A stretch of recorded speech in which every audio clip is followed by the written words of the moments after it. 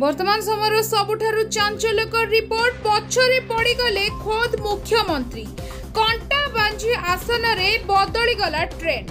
ओडिशा निर्वाचन फलाफल उपरे एबे समस्तक नजर। भोट गणति समय प्रतिटी आसन रे प्रति मुहूर्त रे बदलुछि ट्रेंड। कंटा बांझी विधानसभा आसन रे मध्य समान परिस्थिति देखा मिली। प्रथम पर्याय मुख्यमंत्री नवीन पट्टनायक आगुआ रहिथिबा बेले द्वितीय पर्याय एही ट्रेंड बदली जाइछि। द्वितीय पर्याय खोद राज्यर मुख्यमंत्री ही पछरे पड़ जाइछन्ति।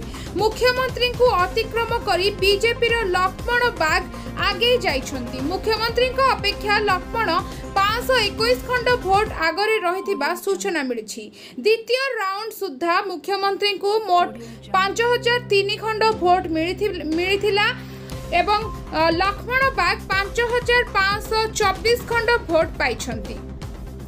तेबे एही ट्रेंड आगु को केउ मोड़ नेउछि ताहा देखिबाकू बाकी रहिला। तेबे आगु को कोन रहइबो रिपोर्ट आमे आसबु नेक्स्ट वीडियो रे। सेथि लागि चैनल से जोड़ी हे रहंतु। चैनल को सब्सक्राइब करी घंटी को बजि दियंतु। मु रहिली नमस्कार।